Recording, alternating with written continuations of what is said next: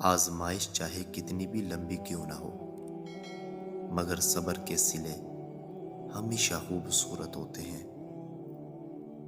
انسان کے جسمانی امراض پرہیز کرنے سے جاتے ہیں اور روحانی امراض پرہیزگاری سے جاتے ہیں۔ افواہ وہ بناتے ہیں جو نفرت کرتے ہیں، اور پھیلاتے وہ ہیں جو احمق ہیں، اور بے وقوف لوگ ان پر یقین کرتے ہیں۔ آپ ان تینوں میں سے کوئی نہ بننا۔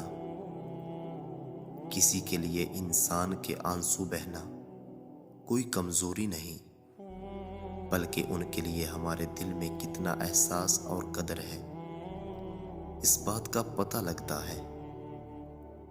بوڑھے لوگوں کا مشورہ نوجوان کی قوت بازو سے زیادہ وسیع ہوتا ہے۔ انسان کو محبت اگر رب سے ہو تو بندگی کہلاتی ہے، اور اگر مذہب سے ہو تو ایمان کہلاتی ہے، اگر شریک حیات سے ہو تو زندگی کہلاتی ہے، اور اگر دولت سے ہو تو فکر کہلاتی ہے۔ انسان کو سچائی اطمینان دیتی ہے، اور جھوٹ ہمیشہ بے چین کرتا ہے۔ پلاسکٹ والے خالی شاپر ہوں یا خالی ذہن والے لوگ، ان کا مناسب اہتمام نہ کیا جائے تو یہ ہواؤں کے اندر اڑنے لگتے ہیں۔ ہمیشہ حقیقت اور حق کو تلاش کرو۔ افواہ تو گھر بیٹھے تمہارے تک پہنچ جاتی ہے۔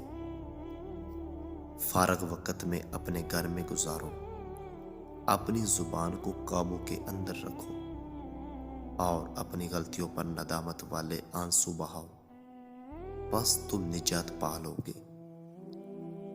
اپنا اخلاق کردار اچھا کرو، تمہارا حسن تو ایک دن ڈھل جائے گا، لیکن یہ باقی رہیں گے۔ دنیا کے اندر بہترین جگہ اپنی اوقات کے اندر رہنا ہے۔ جو اس سے باہر نکلتا ہے وہ گھاٹے میں رہتا ہے۔ ہمیشہ رشتے اعلیٰ خاندان کے اندر نہیں، بلکہ اعلیٰ ظرف لوگوں میں کرنا۔ لوگوں نے ادب کے چکر میں قرآن شریف اتنا اونچا رکھ دیا کہ اب ہاتھ بھی نہیں پہنچتا۔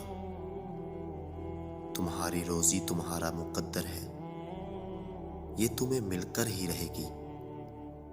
کوئی اس کو کم کر سکتا ہے نہ بڑھا سکتا ہے۔